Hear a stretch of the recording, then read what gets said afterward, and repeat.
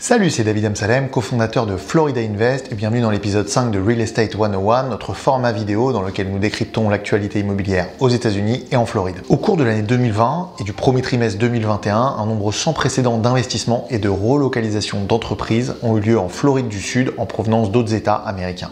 Dans cet épisode, nous allons analyser cette tendance qui se répartit en 3 catégories, les capitaux, les entreprises et les personnes. C'est parti! Le volume mensuel de capital déployé dans l'immobilier commercial en Floride du Sud a atteint son plus haut niveau en décembre dernier avec plus de 2,6 milliards de dollars déployés selon les données de Real Capital Analytics. Certes, cela peut s'expliquer en partie par une baisse de l'activité liée au Covid-19, mais le marché a également accueilli massivement les nouveaux investisseurs, en particulier sur le segment du multifamily.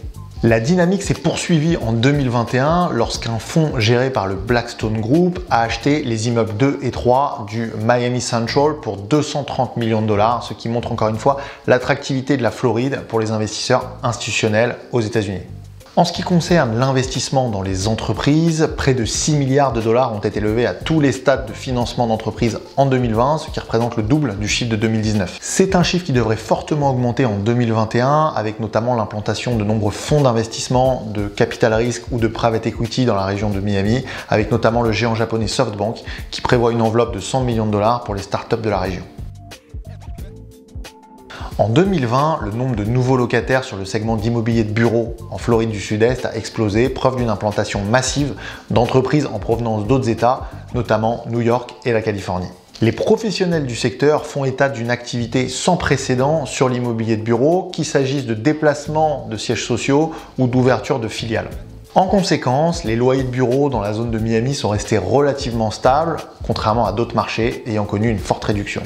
Selon CBRE, Miami est même le seul marché immobilier de bureaux aux États-Unis qui devrait connaître une augmentation de loyer au cours des 2 prochaines années.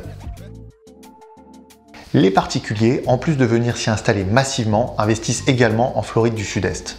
L'absence d'impôt sur le revenu de l'État et son fabuleux bassin d'emploi attirent à la fois les classes moyennes en recherche d'une meilleure qualité de vie que les ménages fortunés qui continuent à s'implanter et se développer dans la région. Cet intérêt grandissant a eu un impact considérable sur le marché du logement et le volume des ventes en février a doublé par rapport à l'année précédente, et ce, sur tous les types de logements, à tous les niveaux de prix. Pour conclure, la vitesse croissante de l'activité dans le sud de la Floride est indéniable. Alors que la récession américaine a touché le fond au printemps 2020, une reprise économique est maintenant en cours dans tout le pays. Cette reprise a été particulièrement solide dans le sud de la Floride en raison de l'attrait fort pour cette région en ce moment. Cette situation devrait maintenir un niveau de confiance élevé pour les investisseurs dans les années à venir, avec un marché particulièrement dynamique et attractif. J'espère que ce 5e épisode de Real Estate 101 vous a plu. Si vous avez des questions, n'hésitez pas à les poser en commentaire et je vous dis à très bientôt pour un prochain épisode.